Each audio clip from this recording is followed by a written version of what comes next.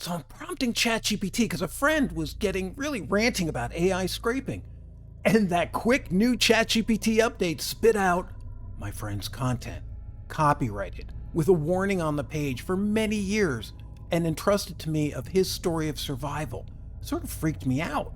So I said, do I know anyone else? And I went to an artist friend, Jeffrey Lawrence, and here's what he found. He asked the machine, make a painting in the style of Jeffrey Lawrence.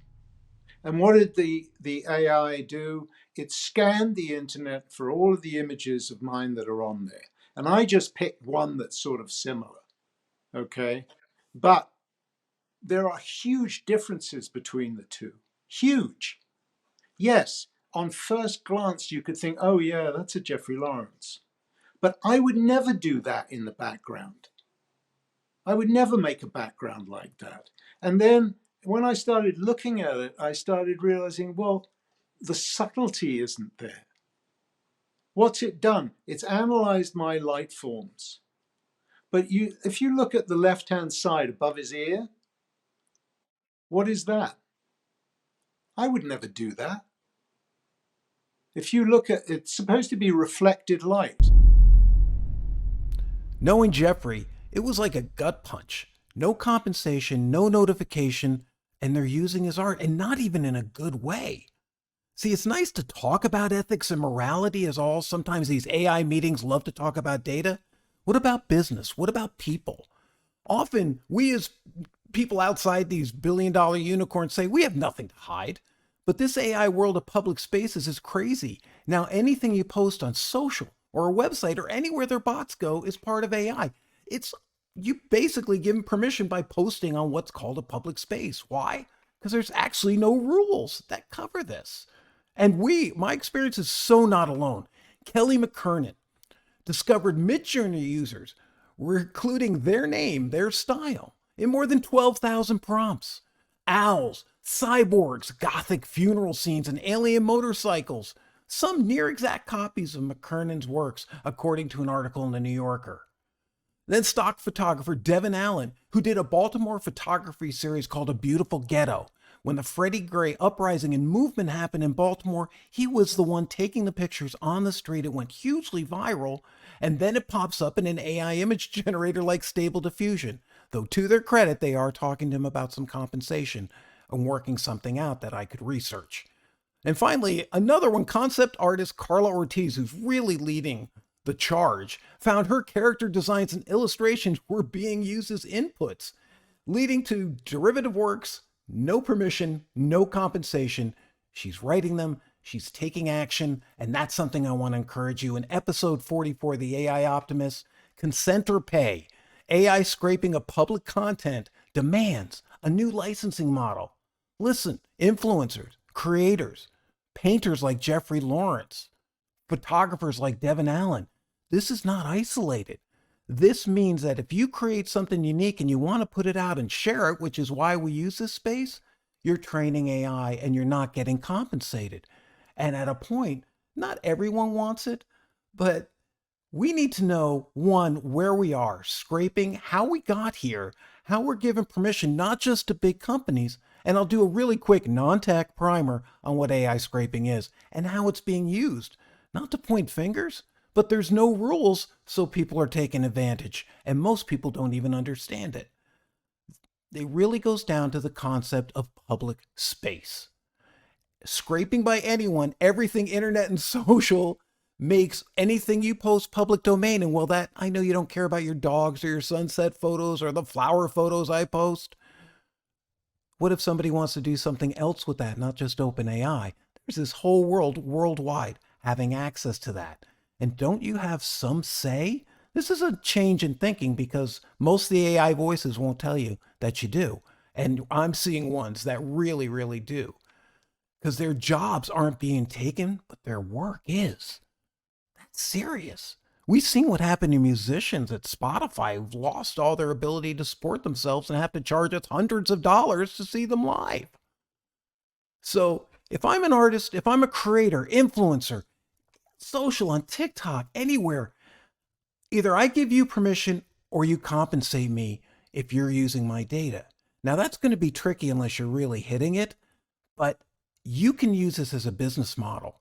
This is inspired by Meta's request this week to the EU. They actually use the words consent or pay about GDPR rules about privacy, which I personally wish the GDPR, I do live in California, so we're closely following them, but I do wish that would actually start spreading because it actually does protect users, in my opinion. And consent or pay, Meta said, hey, sure, we'll settle. We won't track them. That behavioral tracking, which by the way, behavioral advertising on Meta is so profitable that if they went the other way, I mean, it would decimate earnings in the EU, guaranteed. But what can they do? Consent or pay. So either people get it for free by consenting to be tracked or they pay. And I thought, what if we could turn that around for creators? What if instead of taking that binary, very viable business angle for Meta, let's apply it to you, the creator. Let's apply it to the person who has the copyright ownership and is getting scraped. Let's make up our own binary consent or pay. How does that look from a creator's perspective? One who has their art taken. See, that's messed up. And the solution starts with understanding a little bit about what's going on. So let's do a quick primer of what scraping is. And apologies to all you engineers out there who know it's way deeper than this. Scraping is a web crawler, browse and download. It's just a bot that can go to your website. Back in the day, we used to take emails and websites from me. I had people take my website and create it with my name in them. That was the first scraping. Social media came along and everybody scraped theirs. There were lawsuits against by LinkedIn and Meta against companies, and both of them either temporarily lost it or finally got an injunction, but it wasn't really clear that those companies couldn't scrape the data. That's really, really challenging. For example, like Bright Data, how the world collects public data. And these are very legit businesses. No one's pointing fingers. There are no rules against what they're doing. But you can go there and get web scrapers, business-ready data sets, and look at the customers. We're talking McDonald's, Microsoft. This is major stuff. And it allows you basically to get a competitive edge by scraping information, by scraping data. Now, I know you all don't know what that means, but let me share with you a little tech with Tim, a little excerpt here. And by the way, if you want to ever check this out, it's a really brilliant video on scraping and how businesses actually use this. All legal. He works with Bright Data as well as an agency, but it's a really brilliant outline of what's actually going on.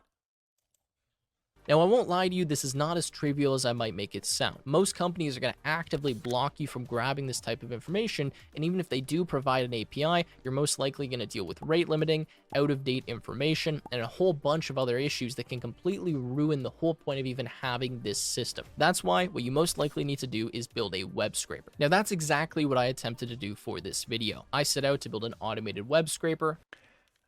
Now, if you listen to Tim's video, he'll go into great detail and really granular. Definitely recommend if you're interested in knowing what's going on to take a look at that.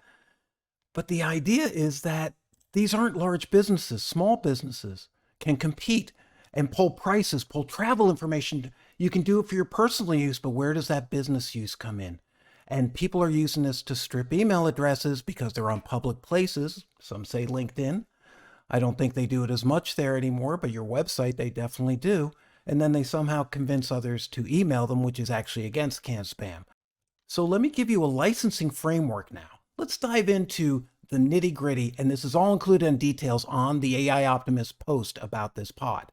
Definitely go there. So number one, the scope of a license, and listen to this, even if you're a creator and you're not really sure how to manage your own intellectual property, this isn't just about AI. Any agreement has to have what specific work? Is it this song? Is it this album? Are there lyrics involved for a music thing? Is this the duration of the license? Is this perpetual or is this time limited, like 1 year? Is it ongoing? Is it renewable? What permitted uses? Are you going to allow them to train AI models? That's one. Generate derivative works? That's a big two. Commercial sales? Do you get a piece of that? Exclusions or limitations on your work? What do you think? Compensation and royalties options. Fair compensation for the creator. Upfront licensing fees based on the value and extent of the artist's works used, like McKernan's 12,000 prompts, as an example. Ongoing royalties from AI-generated works. What if somebody creates merch or creates a poster out of them, like we talked about last week? Revenue sharing from products or services that are sold. Artist credit. Do you get credit and attribution? Make sure this is number 3. You get this out there.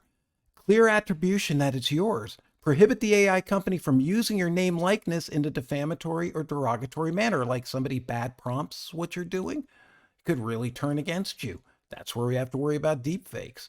And grant the artist approval rights over AI-generated derivative works bearing their name. Shouldn't you have the right, if somebody's actually putting it into a commercial aspect, to have a say and to have a piece of it? And of course, data privacy and security. We don't want you to sell your name or your information to third parties. Protect the data from unauthorized access or misuse. And, if it's data deletion or the agreement's terminated, what do? Most, especially artists, don't ever think about what happens when things don't work out, and they often don't. Everything usually ends. So you want to make sure you're prepared. So let me give you an action plan for what you need to do as a content creator right now if you want to protect your work. Review and update your terms of service to prevent scraping. Just prompt any of these, ChatGPT, Poe, I don't care which one you use. Ask them for a terms of service update related to scraping and prohibiting scraping at your site, and maybe seeing what they would set for financial penalties, and run it by a legal person. I am not your lawyer. Use OpenAI's robots.txt-like file to block them. It's okay, but honestly, it doesn't always work, and it's hard to block all of them. But you need to start monitoring and licensing your content using things like Blaze or Nightshade. I'll show that in a second. Get your voice heard. Advocate for a balanced approach. I know this stinks, but you're going to be left. And help shape the future of content creation and AI development. So to protect your work from scraping, I've got some suggestions here that will help you in not just protecting yourself from being scraped, but protecting your work. Let's take a look at Glaze. And Glaze is one that I looked at because it has a really, really simple model. Take a listen from them. Welcome to Glaze. Glaze is a free tool for artists to use to protect their images from unauthorized training by AI. Humans see artwork very differently from how AI analyzes artwork, and Glaze is designed to disrupt the AI's ability to analyze the fine details in artwork, shifting the pixels away from your style to something completely different. An AI analyzing a glazed image will still be able to process basic shapes and objects, but now, Glaze is one element called defensive, meaning they make the image look a little bit different.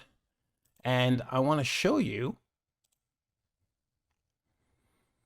Here's an example linked from the Glaze site. You can choose art, and it would have a little shading. It's hard to really notice. And then, very smart, she puts a little sign down for a watermark. You want to do these multiple kind of things as much as you can. Protect yourself.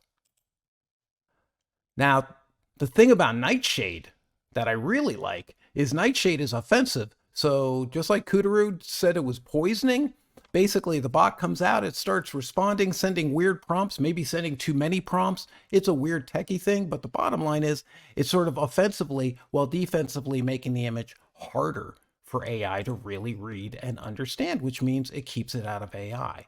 So these tools either camouflage artwork from being scraped in the first place or corrupt the data if it's scraped. And I've got resources and links to it. Because bring it down to this.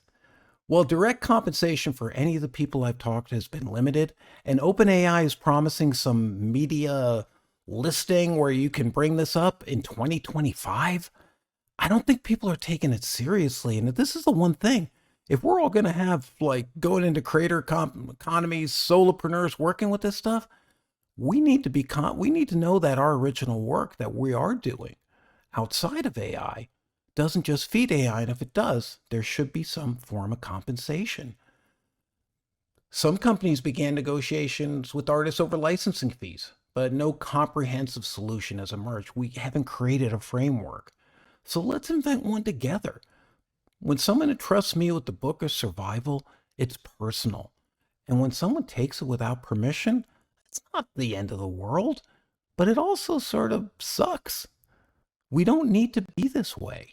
And we don't need to just say yes, because after all, if we as creators don't keep creating unique, human, innovative, felt, emotional, sensitive, empathetic, real creative works, AI is going to get really bad.